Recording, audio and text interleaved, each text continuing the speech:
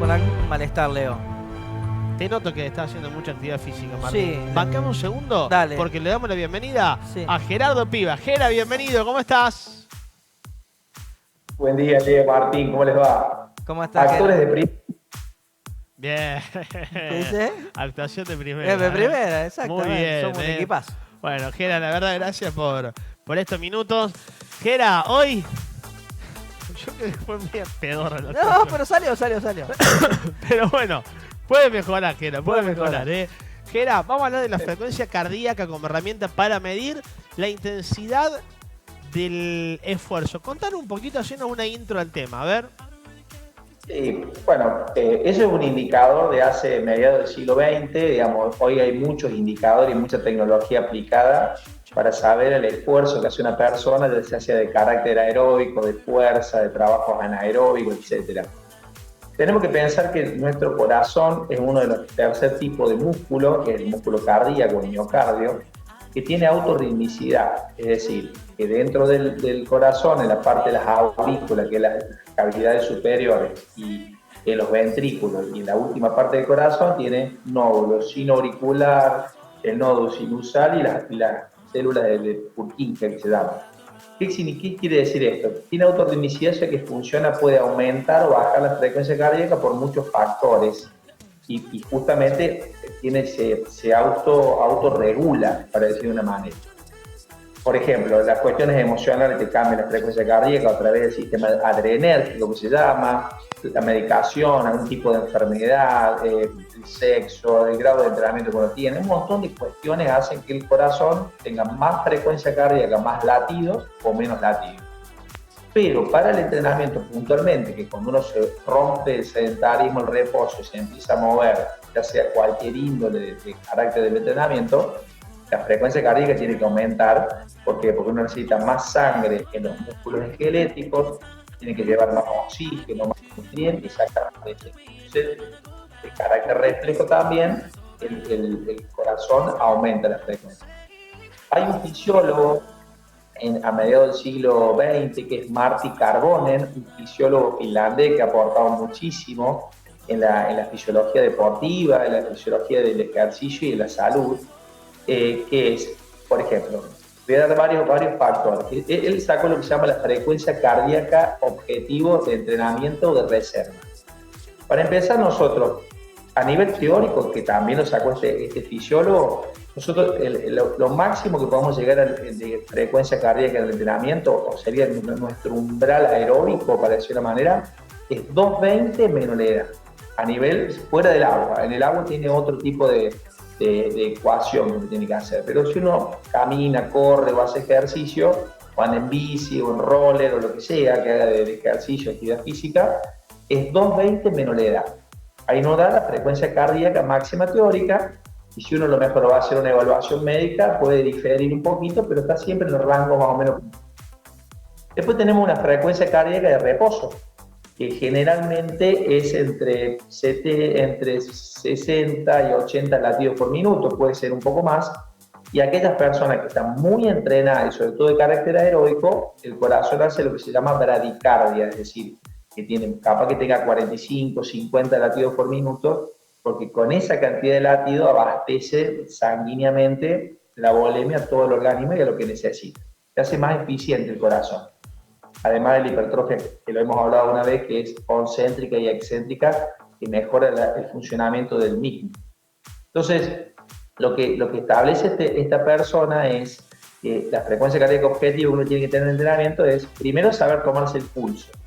El pulso se puede tomar. Estoy haciendo como un mix para después que cerremos en la idea.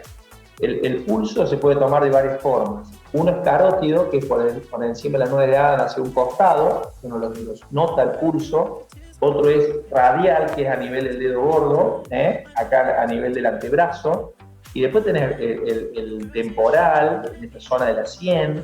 Podés tomarte en la arteria femoral, que es en la zona de la ingle, en el hueco popliteo atrás de la rodilla, o a nivel del pie. Después hay uno que es cubital también, que se toma, que es en la cara interna de la muñeca, como así también en el pie, el lateral externo e interno del pie. Son diferentes lugares donde uno puede tomar el pulso. Entonces uno, por ejemplo, estoy haciendo un lío, pero para que después se entienda y después le damos forma.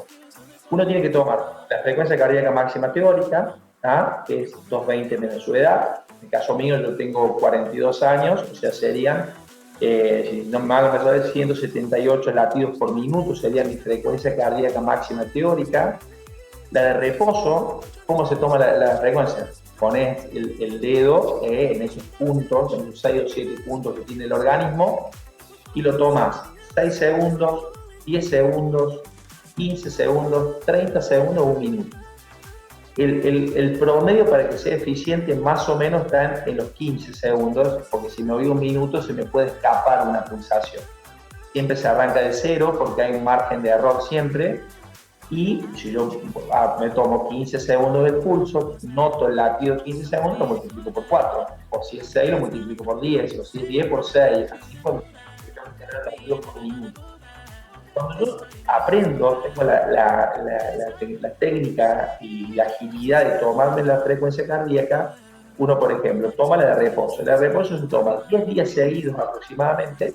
Cuando uno se levanta, de levantarse, estar relajados, y hace un promedio. Entonces, la frecuencia cardíaca objetivo sería la frecuencia cardíaca máxima teórica menos la frecuencia cardíaca de reposo, te da un número y lo multiplicas por un porcentaje que por ejemplo, quiero trabajar al 70%. Yo tomo la frecuencia cardíaca máxima teórica menos la de reposo, en promedio me da lo multiplico por 0,70 y luego le sumo la de reposo. Esta es la forma, es media complicada, pero uno la puede buscar, se llama fórmula de Marty Carbonen, que es la fórmula cardíaca objetivo, y uno lo puede hacer. Y es muy práctico para decir, por ejemplo, yo estoy corriendo, en un momento paro, me tomo el pulso y sé, porque ¿qué pasa? Con este tipo de frecuencia uno puede sacar, bueno, yo al 70% de mi frecuencia cardíaca son tantos latidos por minuto, al 60% son tantos latidos. Yo hago una tabla, entonces yo puedo saber que si no estoy corriendo, estoy haciendo un entrenamiento específico, al parar en un momento puedo controlar la frecuencia y saber en qué porcentaje del área de entrenamiento estoy trabajando. Y esas áreas de entrenamiento son lo que se llama regenerativo, que es el 60% de la frecuencia cardíaca máxima teórica, el subaeróbico, que es al 70%, superaeróbico, que es al 80%, y lo que se llama VO2 máximo, que es casi al 100, entre el 90 y el 100. Todas estas áreas de trabajo tienen diferentes tipos de beneficios. La regenerativa y subaeróbica es más por el consumo graso corporal. La parte superaeróbica y VO2 máximo tiene más que ver con el acondicionamiento cardíaco y pulmonar, con el acondicionamiento físico, porque tiene sus funciones. Pero lo que planteo esto es que con la frecuencia cardíaca de objetivo de entrenamiento, trabajando la técnica de tomarse el pulso, viendo la actividad de esto, uno puede dosificar el esfuerzo y bueno, y apuntarlo a los fines que uno tiene, al acondicionamiento, a bajar de peso, bueno, otros objetivos.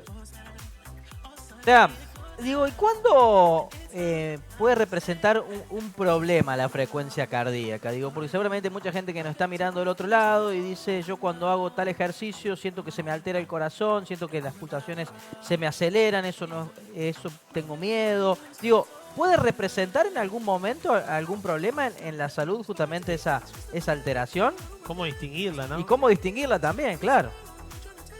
Sí, lo que pasa es que, como decíamos recién, el corazón tiene autorritmicidad, tiene nódulos, que se llaman nódulo sinoauricular y el aurículo ventricular, digamos que de aumento baja la frecuencia cardíaca. Pero ¿qué pasa? A lo mejor uno puede estar entrenando, pero ha tenido un estrés emocional, tiene un estrés general por la exigencia de la vida, y a lo mejor eso puede hacer que se suba la frecuencia cardíaca.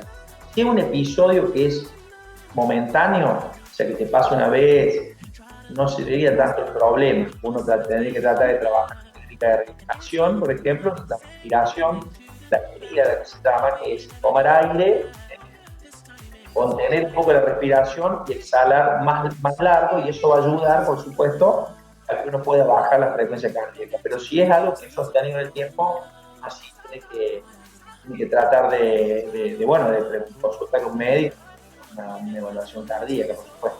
Bien, Gera, como siempre es importante dejarte que vos puedas desarrollar.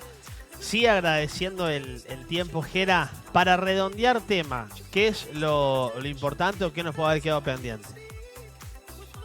No, que es importante, que lo que le recomiendo a la gente, punto número uno, es que aprenda a tomarse el pulso. Dijimos, estos puntos uno lo puede buscar.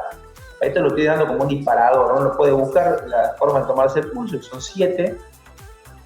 Frecuentar esto de decir, bueno, lo tomo en 6 segundos, en 10 segundos. Primero eso, palpar el pulso, saber eso.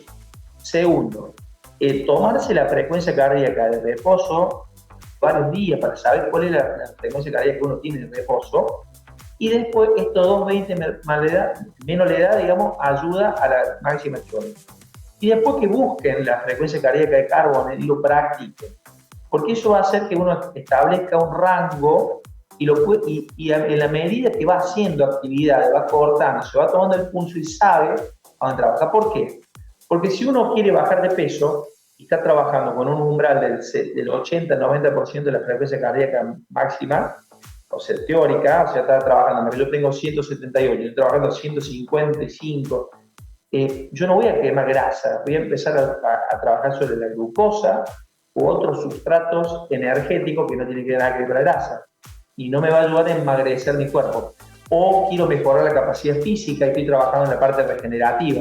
Entonces, esto ayuda a dosificar la intensidad y lograr los objetivos que yo tengo, que son o estéticos, de rehabilitación, o de salud, o lo que sea. Entonces, es muy importante esto. Y lo que explicaba recién, justo estoy acá justo en el consultorio y tengo el doctor en algunas cuestiones, esto que me preguntaba Martín de la frecuencia cardíaca es importante. Cuando es alterada en el tiempo, entonces yo tiene que hacer sí una consulta médica, porque bueno, tenemos que diagnosticar, pero tenemos que entender que la frecuencia cardíaca se modifica por un montón de cosas. La toma de medicamentos, las cuestiones emocionales, digamos, el nivel de entrenamiento, hay un montón de factores que hacen que suba o baje o que tenga unas modificaciones en cuanto a esta frecuencia. Entonces, estas cosas hay que tener en cuenta, pero le propongo a la gente que lo ponga en práctica porque es muy importante. Es difícil cuando lo escuchás, pero cuando estableces el porcentaje de cada área metabólica funcional que se está, después es muy fácil de hacer. Gera, queremos agradecerte mucho la amabilidad y el tiempo. Ahora sí, ya te liberamos. Está en clase, Gera, ahora, está en clase. Sí, no sabemos, recién entró uno, así que no queremos, ya nos sentimos culpables del tiempo que estamos ocupando. Así que, Gera, como siempre, ¿dónde podemos encontrarte en las redes? ¿Cómo hacemos para ponernos en contacto con vos? Bueno, en las redes soy Gerardo Luis en el Facebook y Gerardo Luis 1853 en el Instagram. Y le quería decir, bueno, yo ahora estoy ya lo vamos a hablar, porque lo hemos hablado con Mónica para ver algunos temas. Ya para próximos encuentros vamos a hablar un poco. Yo estoy en un consultorio ahora que hago estudios biomecánicos. Y eso lo vamos a tratar en el próximo micro. Vamos a hablar un poquito de qué se trata y algunos convenios y cosas porque es muy importante. Así como hablamos lo cardíaco, el corazón para y se va la vida, digamos, y hay que hacer estudios para el ejercicio y demás. Los estudios biomecánicos, como los que realizo yo o otras personas, digamos, son muy interesantes porque son muchas veces predictores de dolores corporales que uno no sabe y parten a partir de los pies. Muy bien, Gera, querido, te mandamos un gran abrazo, no te robamos más tiempo, Muchas gracias y buena semana. Igualmente, muchísimas gracias, chicos. Les mando un abrazo. Chao, Gera, un abrazo grande. Gerardo Piva con nosotros, doctor en Ciencias del Ejercicio, Martín, aquí en La Mañana.